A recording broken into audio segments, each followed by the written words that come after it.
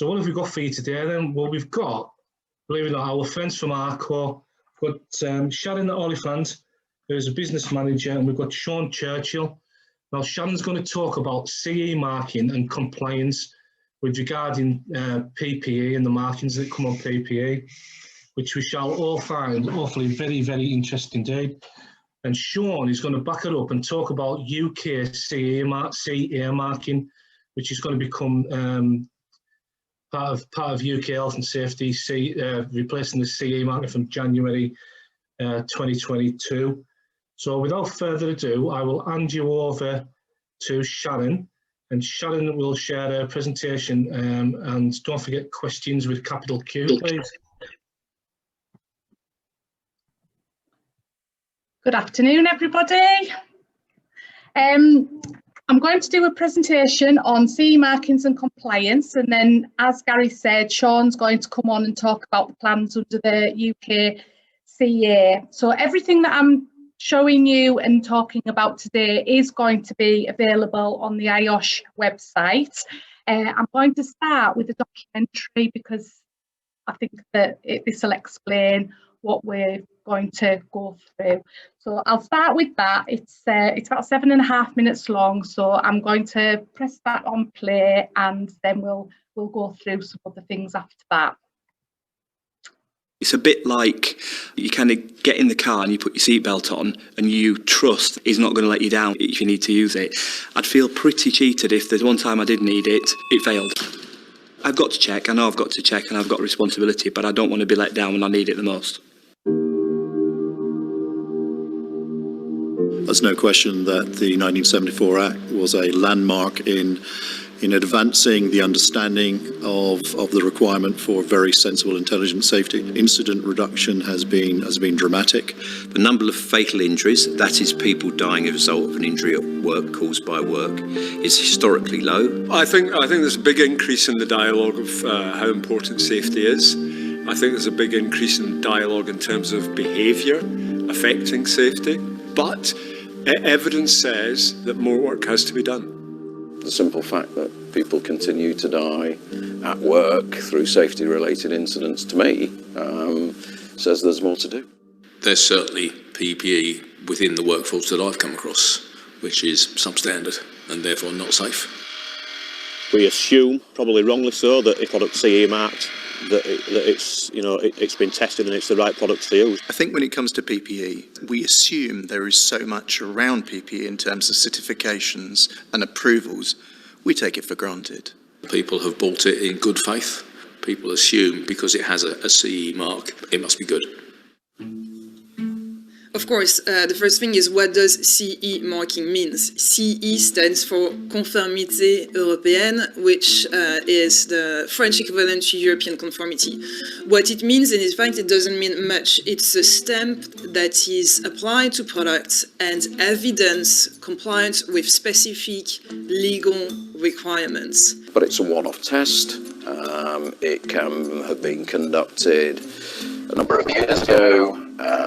It only requires one item to pass a test once, so you can have multiple failures ahead of that.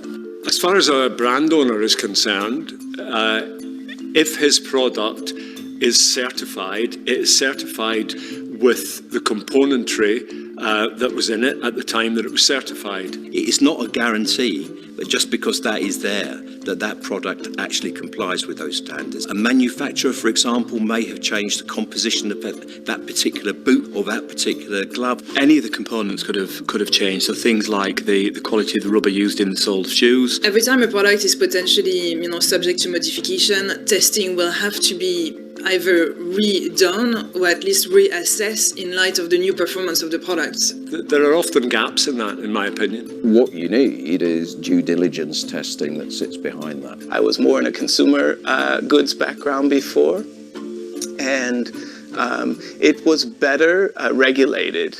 In my 20 years as a safety professional, I've seen several cases of fraudulent PPE being put on the market. And the reason that this is being allowed to be put on market is because there's no independent scrutiny of the CE process. There's no independent verification. Trading standards are responsible for every product that's sold in the UK. Trading standards are widely distributed and generally work through and are responsible to a local authority. They haven't got the resources to discharge everything that they're responsible for. In my opinion, it leads to a gap, if not a vacuum, of market surveillance in our product category. Ongoing third-party validation, the likes of a witch test in the United Kingdom, we're missing that or behind in this industry. The British Safety Industry Federation runs the Registered Safety Supplier Scheme. Participants include original manufacturers, distributors, who can also be manufacturers, many different component parts of the industry. We go and test members' products. £2 billion a year market in the UK, if not more than that. It's a very lucrative market and massive influx of goods from China. These are two products that we have acquired in the last 6 weeks. This product, having had them both tested, this is actually dangerous. It would not protect someone. The stuff goes straight through. Being subjected to 1 or 2 annual tests on the many hundreds, indeed thousands of products that we provide into market once a year, not sufficient. We don't have enough governance. We have examples of non-compliant product failing in our testing. So this is the compression test for the safety footwear. This is how the sample is prepared, clusters and cylinder inside, simulating the toes. There is a lot of product on the market today which commits to do something, and when we test it, it doesn't.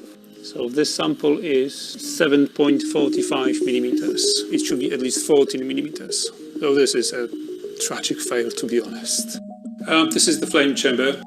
This is the sample that claims to be flame retardant. We put it onto that frame and then we observe it. If manufacturers can produce PPE more cheaply in China or the Far East than in Europe, they'll go down that route. That potentially exposes people to hazards, to dangers. Some suppliers of PPE won't be in a position to have their own laboratory and test the products that they're selling. Having said that, they've got to be confident that the products that they're supplying are fit for purpose. In the UK, we believe that there are 5,000 outlets selling safety. The consequence of poorly delivered safety or a high incident rate is multiple. Your responsibility as the buyer is an employer's responsibility to look after his workforce. Employers have an obligation to make their own due diligence and to ensure that whatever it is that they buy is compliant.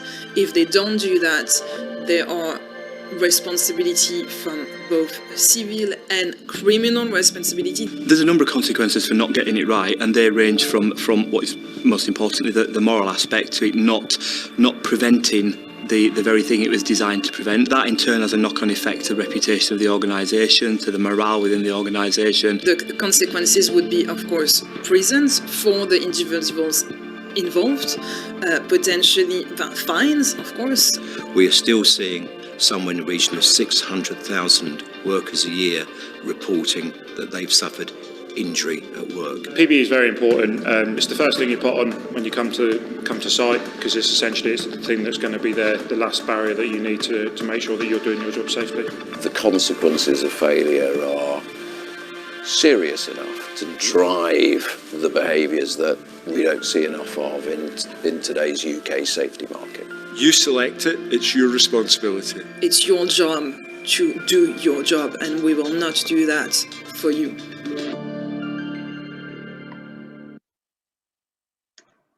So there's a lot of information in that documentary there. I'm going to now go on and show you a little video on toe cap and how we test them in the labs, and then the midsole, and then we'll go on to the symbols, what they all mean. So I'll go back. Right.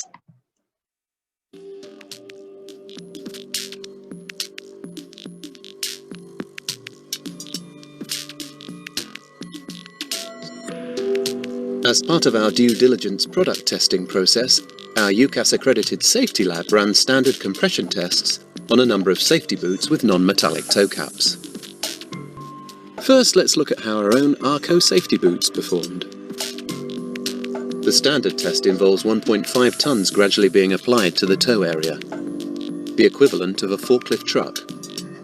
The arco toe cap compresses to 21.8 millimetres, leaving a clear 7.3 millimetres safety margin above the statutory legal minimum of 14.5 millimetres. Result? A healthy pass. Now let's see how another brand stood up to the test. As 1.5 tonnes descends, the toe cap depresses downwards, below the statutory legally required minimum of 14.5 millimetres.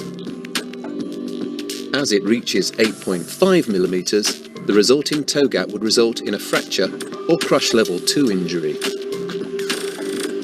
However, this toe cap compresses even further, down to an alarming 3.5 millimetres, which has the potential of causing a level 3 injury such as amputation. Afterwards, the inferior toe cap springs back as if nothing had happened, leaving the bones in the foot shattered and crushed. The results shocked even our hardened safety professionals. When you're choosing safety gear, there's no room for doubt.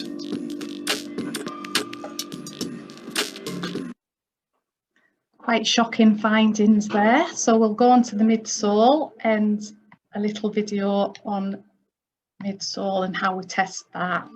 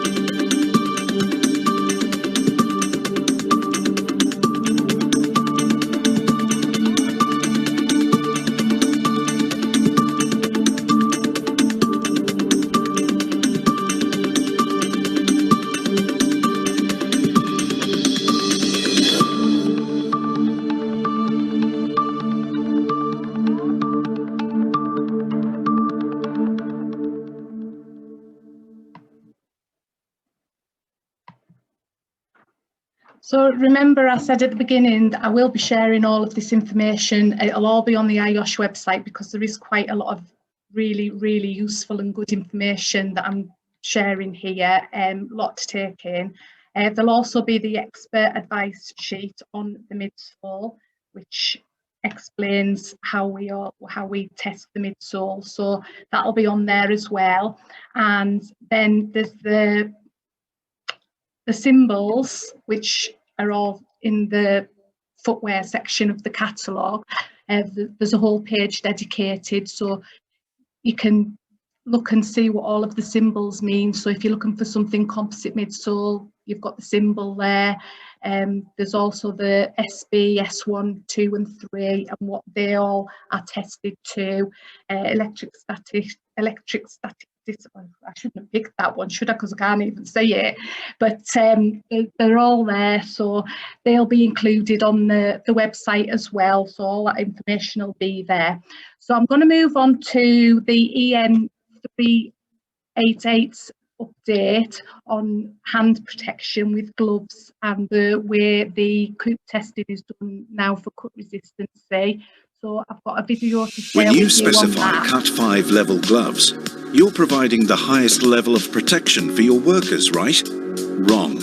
Cut 5 level gloves may not provide the protection you think. Some gloves contain materials that can blunt the coop test blade, yet previously these were still awarded a Cut 5 level of protection. In 2016, changes were made to the cut glove standard EN 388 to better assess the protection given by cut-resistant gloves. Now, any glove that blunts the blade during coop testing is marked with an X and rated using a new, more realistic test. This test uses a fresh blade for each cut, and the cut performance level is rated from A to F, with F-rated gloves providing the highest level of protection. So, what does this mean for you? Some gloves previously rated as providing a high level of cut protection may only provide medium or low-level protection when tested using the updated standard. If you haven't checked your glove choice yet, your workers could be at risk of a cut injury. To protect your people in high-cut risk environments and keep your business compliant, you need to get to grips with the detail of the updated EN 388 standard. Review your risk assessments and review your cut glove choices. If you don't, the costs may quickly mount up. Loss of productivity from the absence of key workers or the need to halt production. Temporary staff recruitment costs. The cost of investigations and incidents reporting. Compensation payments to employees. Fines and reputational damage. And increased insurance premiums after an incident. And that's without counting the human cost. Injuries to your workers could impact them for the rest of their lives.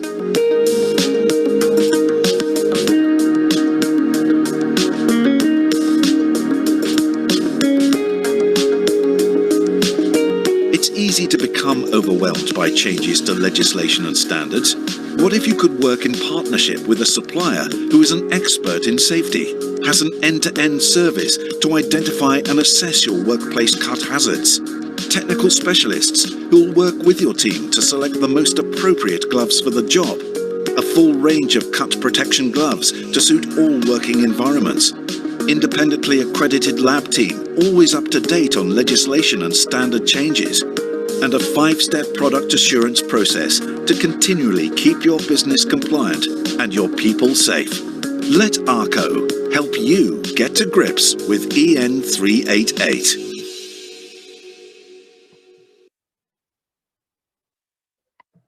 And now I'm going to show you how the coop testing is done now under the new EN 388 standard. The coop test assesses how well gloves protect against sharp objects by counting the number of times a rotating blade moves back and forth over the fabric before it cuts through the glove sample. A control sample material is tested both before and after testing the glove sample. In each case, the sample is clamped in a holder.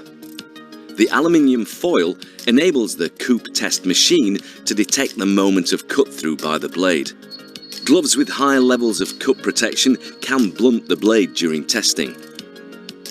By comparing the results on a control sample material before and after testing, the extent that the blade is blunted can be estimated. When the standard was updated in 2016, a maximum limit of 60 blade rotations was also introduced. When the blade deteriorates only slightly, a calculation corrects for dulling of the blade during the test, and the coupe cut test performance level is rated 0 to 5. If the blade sharpness reduces by more than a factor of 3, it is mandatory to also assess gloves cut resistance using the ISO 13997 method. Most gloves achieving level 3 and above will need to be tested against the ISO test. The ISO 13997 cut resistance test more effectively assesses the level of cut resistance high cut protection gloves offer. The test sample is mounted on a mandrel. Like for the coupe test, the aluminium foil enables the machine to detect the moment of cut through by the blade. The plastic film prevents false positive results when the glove material includes metallic yarns. Once raised into place, the cut resistance evaluator drives a straight-edged blade across the glove sample until it cuts through. And the distance moved by the blade is recorded. In this example, the glove resists being cut through by the blade until it has cut for 20.2 millimeters. The test is run at least a further 19 times with different loads, each time cutting a new section of glove. Unlike the coupe cut test, the ISO 13997 test does not suffer from blunting, as each blade only passes once over the surface of the sample and is then replaced. The results are plotted graphically, and the graph is used to determine the force that would be needed to cut the glove with a blade cutting distance of exactly 20 millimeters. It is this figure that determines the glove's cut performance level of A to F, with F-rated gloves providing the highest level of protection. We recommend that this EN ISO 13997 result is always used when selecting gloves for medium or high cut risk environments. Arco, experts in safety. That's how the coupe testing is done, and then I've got the section in the catalogue with the gloves with the guide to iconography. So you've got your abrasion, cut, tear and puncture and all the symbols and what they mean in that part of the catalogue, which will also be shared. So now we're going to move on to some eye protection, and I'm going to show you a video because these videos are quite impactful, and then I've got some the impact results on different lens materials to show you, and then there's a little 10-second test on what all the symbols mean on your eye protection and how you can select it correctly. So I'll start with the video and we'll move on to the impact results. Every year, 2,000 people in the UK suffer an eye injury in the workplace. A worrying statistic when 78% of people fear losing their sight more than any other sense. An early study showed that 6 out of 11 companies were inadvertently providing employees with insufficient prescription safety eyewear.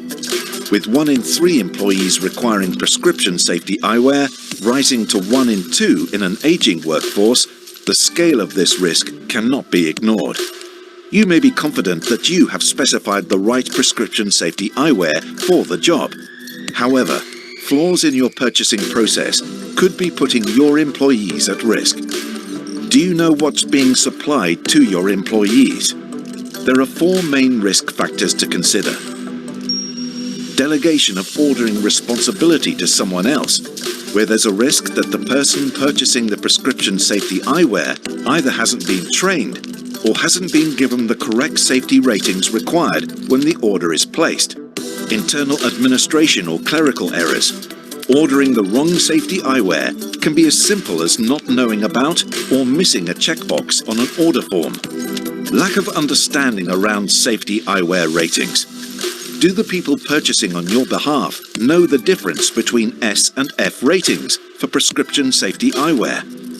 Do they know which one is suitable for their working environment and what they need to ask for? If your employees are ordering their own prescription safety eyewear, are they clear on the specification they need to order, or are they relying on opticians to get it right? And finally, assuming high street opticians have the necessary safety expertise, you wouldn't get a health and safety manager to test your eyes, so why trust an optician to specify the correct safety eyewear for the job? If any of these apply to your processes, you're at serious risk of being non-compliant. You might think that by conducting risk assessments and specifying the right prescription safety eyewear, you've done enough. But even if someone else is responsible for buying the specified eyewear, the ultimate responsibility for your employees' safety lies with you. If a purchasing error leads to an employee being at risk of injury, you could face unlimited fines or even legal action. With a simple 10-second test, you can easily find out if your prescription safety eyewear is compliant or not. Simply check for the S or F marking.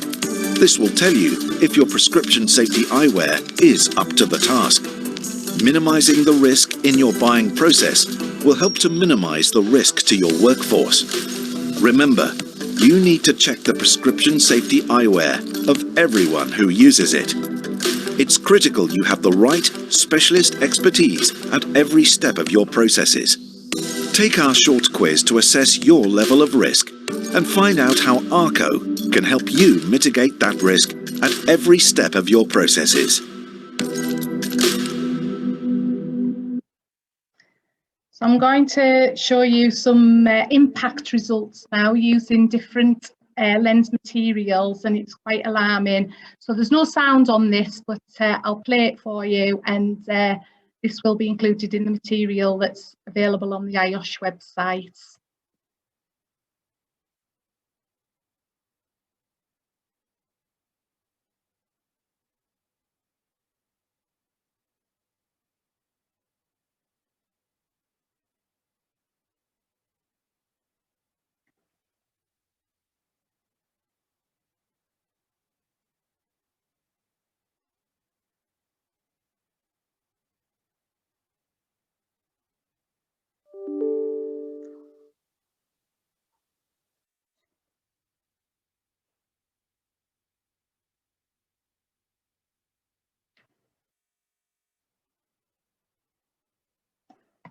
So I'm sure you would all agree that the third impact is the one that we would all want in the workplace.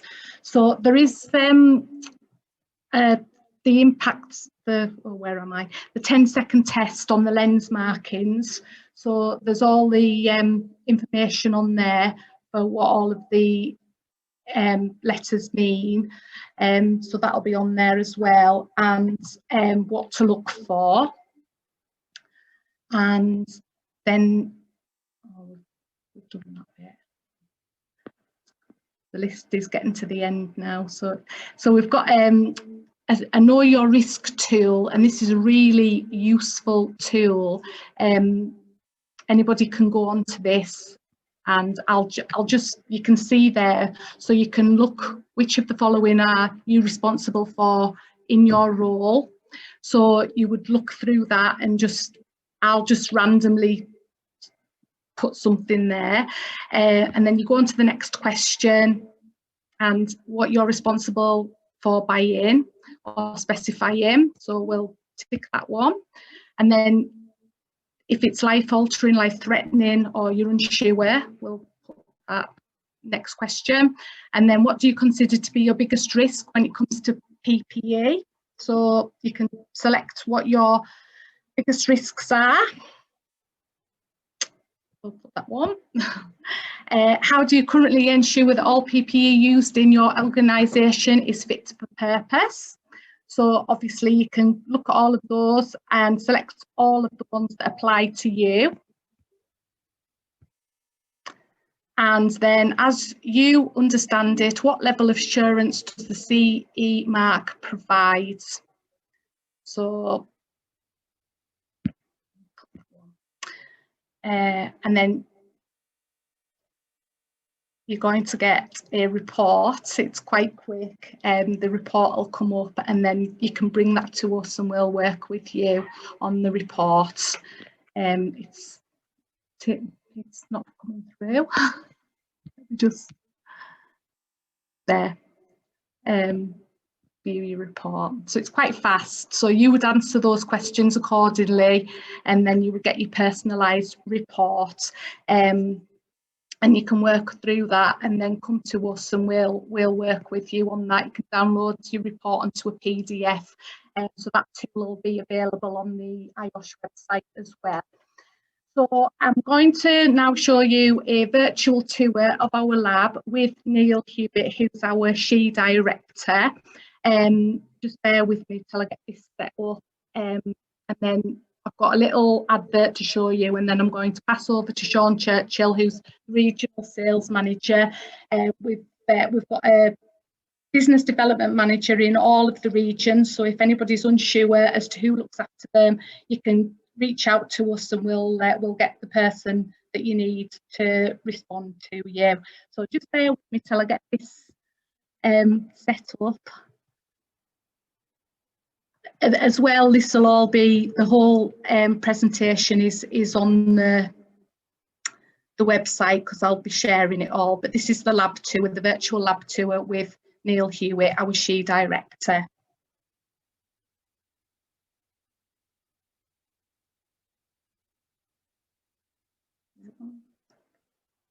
I'll go.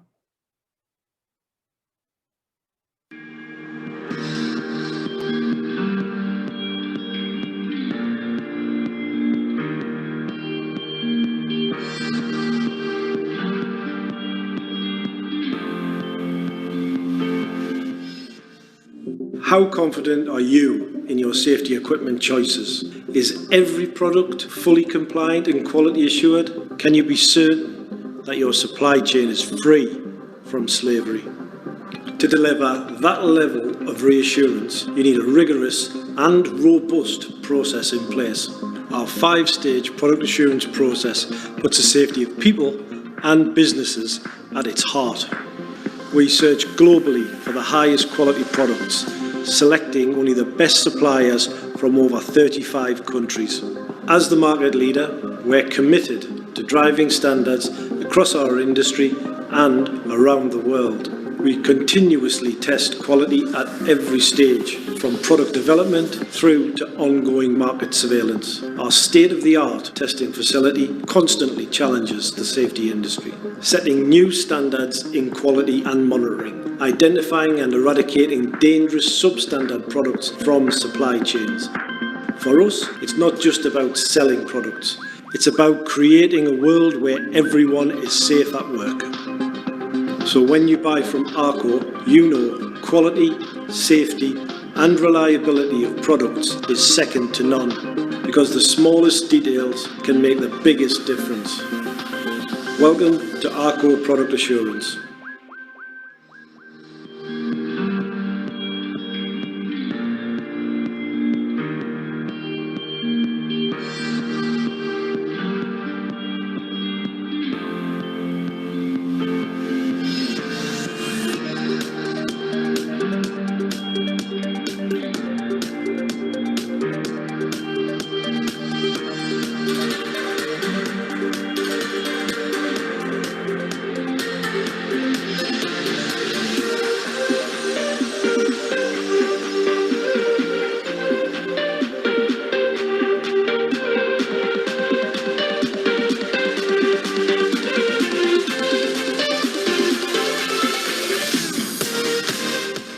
Slips, trips and falls are the most common cause of accidents and injuries in the workplace.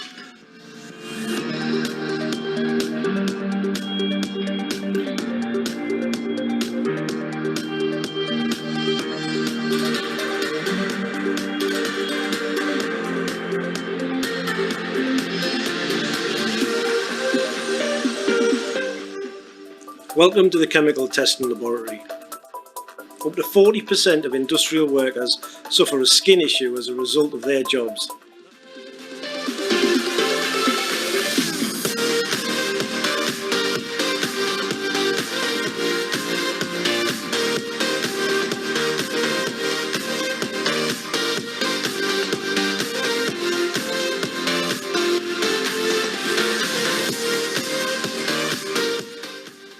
Welcome to the Textile Testing Laboratory. Through the glass behind me, we have the limited flame spread tester.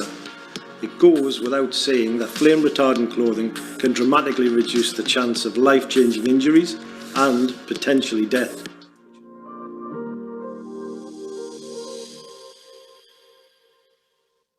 So that's just a little taste of our lab. If anybody would like to go and see the lab in person, we'd be more than happy to arrange a visit, and we're very proud of what we do there.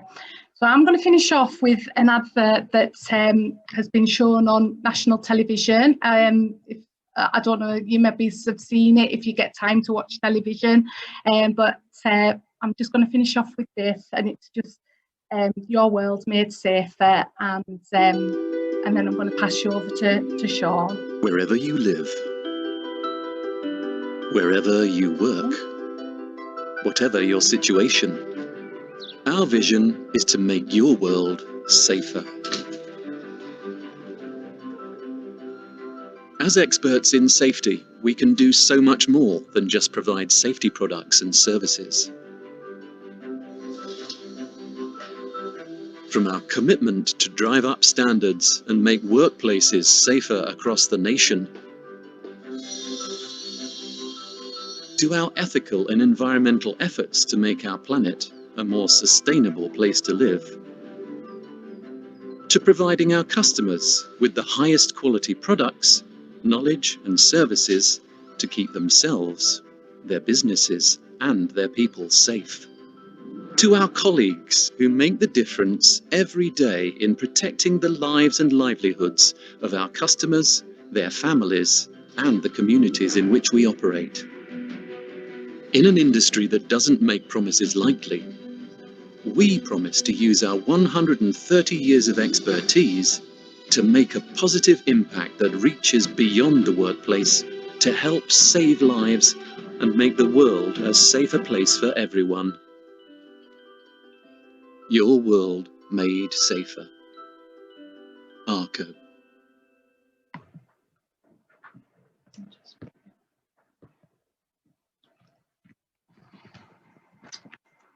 Hi, good afternoon. Thank you for allowing us the opportunity to talk to you today with regard to CE is no guarantee. I think the key message that we'd like to leave you with is basically that wherever you buy the product, just ensure that your declaration of conformity, a non-proprietary brand accompanies the product that you've bought. There are consistent failures, whether it be non-metallic toe caps, mild steel midsoles in footwear, and also non-compliant prescription eyewear. Those are the three dominating failures that we've witnessed.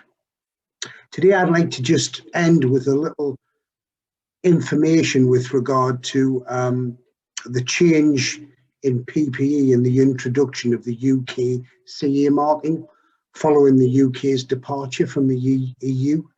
Originally this legislation and changes were going to come in place in January 22. I do believe, following a conversation with Neil Hewitt last week, that this has been delayed somewhat. It may not happen until 2023, but hopefully the slides will give you a little indication of what lies ahead and how it may or may not change. So the objectives are to show you the legislation and regulations, the designated standards, and what the UK conformity assessment bodies will produce.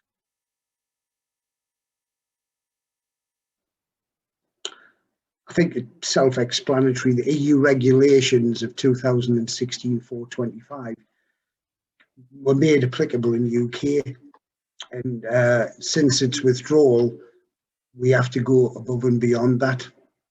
So it preserves the regulations, enables them to be amended, and they will continue to function now. Product safety and metrology, etc., amendments will come into place, and they'll be there to fix any deficiencies that arose. So therefore, there is one set of amended PPE regulations. Complication is some of the provisions apply differently in Great Britain, GB, and in Northern Ireland.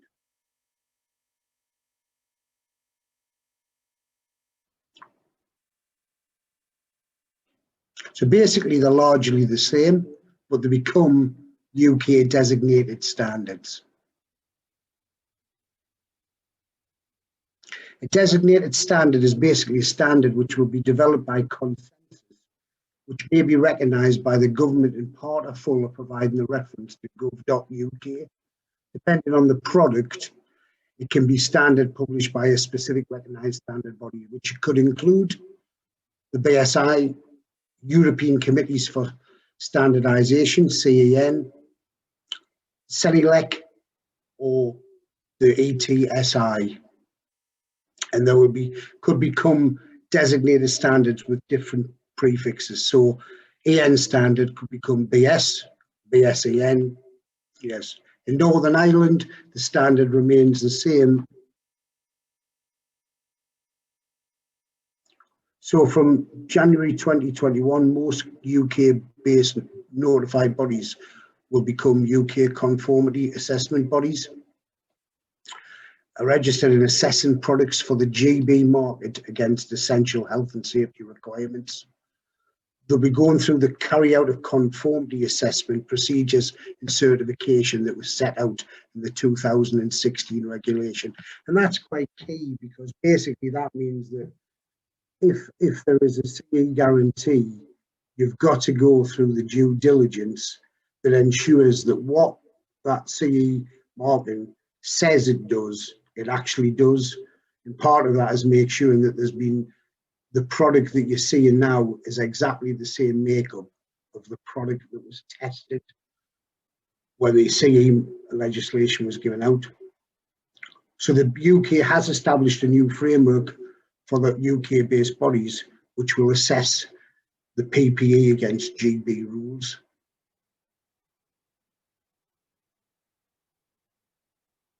So existing UK notified bodies have agreed and granted UK conformity.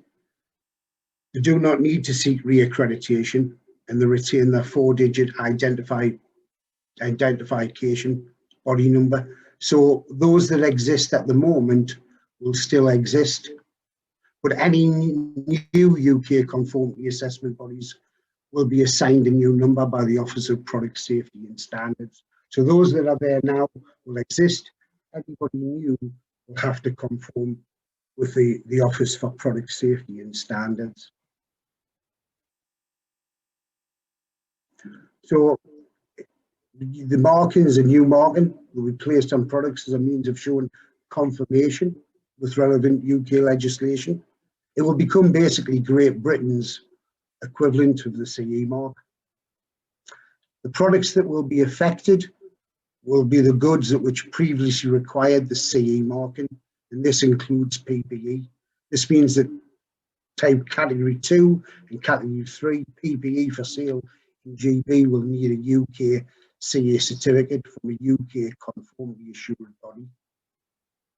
But please note that there will be separate rules for medical devices or medical products that protect in a surgical environment.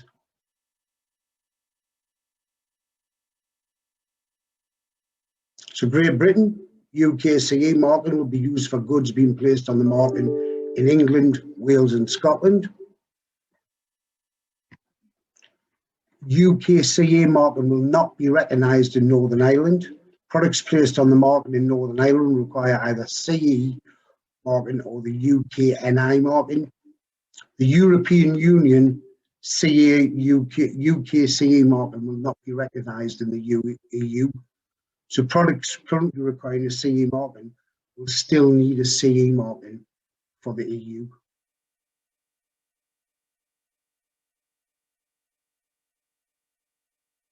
Where to look for UK CE marking? Until January 22, they'll be with CE marking and with UK CE marking. Beyond January 23, you'll be looking for UK CE marking. So that will have to be shown directly on the product or on retail packaging when the product is displayed. And there's some timelines that go with it. And again, when they're red, there will be non-compliant from the date of those change. We'll be keeping you up to date because, as I've said, the 2022 date is stretched now to 2023. And any updates that we get from Neil Hewitt with regard to changes, I'll make sure that we post on the IOSH website for you. Should you need any information, if you go onto our website, there is a document which we will attach, which gives you an overview of what the legislation changes mean and when they will come into practice and what that means for you. So I'll just reiterate Sharon's comments that should you feel it would add value and you would benefit from visiting our ACAS accredited lab in Hull, please contact us. We'd be delighted to show you what we do to ensure that we make your products as safe as possible. Thank you very much for your time today.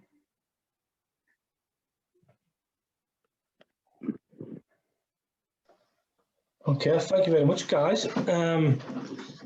Over to Stuart, who's going to ask the questions that have already come in. If you haven't already got your questions in and you want to do so, get them in now. We've got a good 10 minutes to ask those. Over to you, Stuart.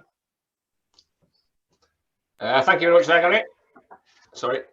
So, Sharon, so far we have the first, excuse me.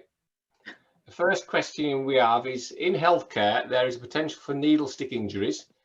Is there a glove test for punctures similar to the Coop test and cut resistance? So this is in healthcare. I'll have to check for me. I don't know what that is. Stuart, we'll take that one away and find out. Right. There is a needle stick puncture check, and obviously we've got needle stick gloves, but we'll need to take that one away. So if you can, are you going to email these to me and we'll get them answered to the people that have asked the question? Yeah, but I wasn't that switched on. I've copied the question onto a Word document, not how it actually come from. But I can do that, Stuart. I can sort that out. So don't worry. Any that we can't answer right now, if you let us know who's asked the question, we'll take that away and we'll get in touch with them with the answer. Yeah, I can get those details. Don't worry. John's looking now. There is a needle stick level, but I haven't asked it specifically for healthcare. So, and people who work in cleaning and maintaining and searching, as in blue light organisations, there are several different levels of puncture and needle stick ratings which we can publish, and they're actually detailed in the glove reference guide that Sharon showed you earlier. But I haven't asked that specific question with regard to healthcare, so we'll find that out for you. Right, thank you very much. So the next question I have is it safe to say we can ensure a product is marked with the ENBS numbers to confirm safety suitability over and above checking the CE mark? We have a PE provider by Hospice UK, much of which is Chinese, and our clinical leads always look out for the ENBS number by the way of conformity. Yeah, as long as there's a separate declaration of conformity with the goods, that shows that due diligence has taken place.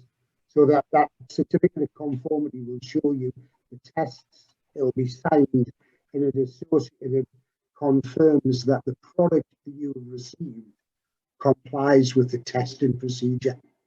And that declaration of conformity is quite important, because the CE marking on the box isn't good enough. You would need a declaration of conformity with the goods. When we say a declaration of conformity, will that come with each item supplied? So when you open a box, it's actually in it? Yes, either be in it or part of the packaging. So it approves that the product you're receiving has been tested to the levels that it is approved to. Right, thank you. The reason I asked that, I noticed with some of the safety glasses we open, there's quite often there's a piece of paper in every packet of safety glasses these days. Yes, that's just to comply that specific safety glasses comply with what they said on the tin, basically. Right, spot on. Right, so that covered. Sorry, I do apologise. Product conformity, yeah, question. Right, so we're on to now. The question is: are quality composite footwear safe enough from a reputable manufacturer when compared to steel toe caps? If composite non-metallic is normally the makeup of non-metallic footwear, there have been some thermoplastic non-metallic footwear, and those are the ones that we've seen the failure. So generally, composite non-metallic toe caps are the ones that we use, and that reinforcement, a bit like the manufacture of a canoe, that reinforcement gives you the extra durability. It's been where non-metallic toe caps have been thermoplastic that we have seen the significant failures. But again, it should come with the certificates of declaration of conformity. And if they are composite, we are finding that most composite caps are passing the compression test. If you're in doubt, send us them and we'll test them for you. Yeah, at this point, as well as the arco products, it's not just the arco products you're testing, are you? You're testing other people's products as well. Yeah, and we constantly test proprietary manufacturers. We have found proprietary manufacturers who claim to have anti-static footwear. When we've tested them, they don't comply fully to anti-static, and it's saved major incidents where you may have a coma site that specifies anti-static footwear and they're not testing. So we do due diligence across the whole spectrum of the products we sell. And we often have conversations with manufacturers directly that says that we've found a failure. Right, thank you. And the next question is here, there's a gentleman's asked, I have enough brand new CE marked hard hats to last well into 2022. Does this mean they can't be used and deemed non-compliant after January? No, I think the regulations mean purchases of new product or manufacturers of new product. I'll check with Neil Hewitt on that, but the hard hat should be able to be used for the continuation of its life. It's been manufactured to that standard. It complies to that standard at the time of manufacturing. So it should be able to be used for the duration of its lifespan. But I will confirm. So, sorry, I'll just add a question about hard hats. We had a scenario recently where some of the lads have got some hard hats that are slightly older, and there's one of them quite openly said, I've got a brand new hard hat, it's in a box, I've never used it, but when we checked it was 10 years old. Now, given the recommendation, I believe, is it correct that the recommendation for hard hats life is 5 years at the moment? Yes. Yeah. But it's only a recommendation. I couldn't find any document that actually said it was actually law. It's just it was a recommendation. I think, not being a plastics engineer, I think it's something to do with the reaction of the polymers in the plastic that could destabilize them over a matter of time. Sometimes, if they haven't been used, they can be looked at. What people could do is, if you give the manufacturer's date and checked with the manufacturer, they could sometimes extend the lifespan. Very rarely do you find hats that haven't been exposed to some sort of UV over 10 years, but it's normally the UV that destabilizes the polymers in the hard hat, and that's why the recommendation is 5 years of use. Right. I've got another good question here. A lady's just opened a box of masks. It's got a CE mark and an EN number marked on, but the leaflet inside is completely in Chinese. She can't find any reference to declaration of conformity. If you could scan it and send us it, I'll get Neil Hewitt to look at it. The chances are that if it doesn't refer to any level of particulate protection, that it may not comply. But if you've got any doubt, if you scan us the label, we'll get it checked for you straight away. The lady's nodding her head and she's on mute. Yeah, please scan us the label. Neil Hewitt thrives on things like this. He's dead happy to look at it. I've just had a direct message from somebody explaining that they are subject to the Medical Device Directive, not PPE. Right. Yeah. Well, if they're not PPE and they're used in the medical format, that could be completely different. If you have any doubts, send us it, and we're only too happy to have a look at them for you. Okay. Thank you. Thank you. But you see, this is, sorry, can I just add, with reference to the mask scenario, there's the medical mask that's protection to do with COVID-19 and what's going on at the moment. And then you've got your dust mask, which is a different scenario. Yeah. Yeah. Medical masks are really to stop you passing anything from you to others. Respiratory protection is to stop things from the atmosphere being absorbed into your lungs and respiratory system. So it is a different set of compliance. But again, if you have any doubts, we're only too happy to feed information. Yeah, as it stands, I'm up to date with the questions. Thank you. Gary, you're on mute. Sorry, mute.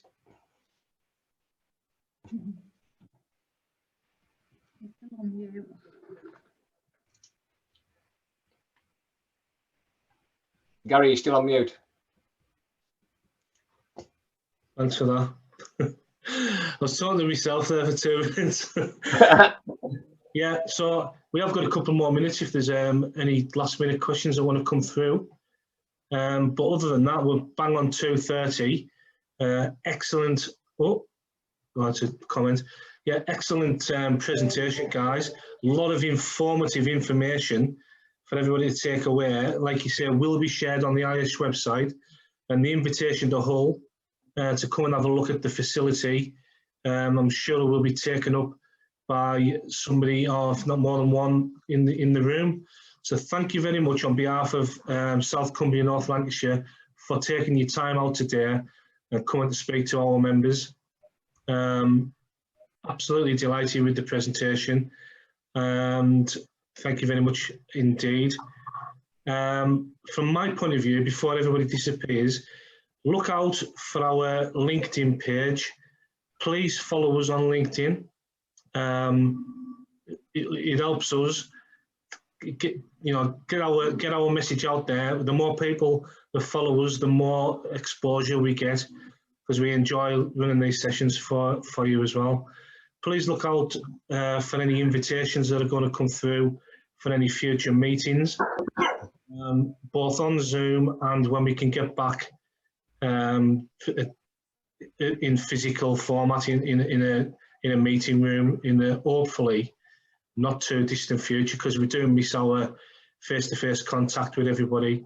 Although we have had a good fist of it over the last 12 months. So thank you very much indeed.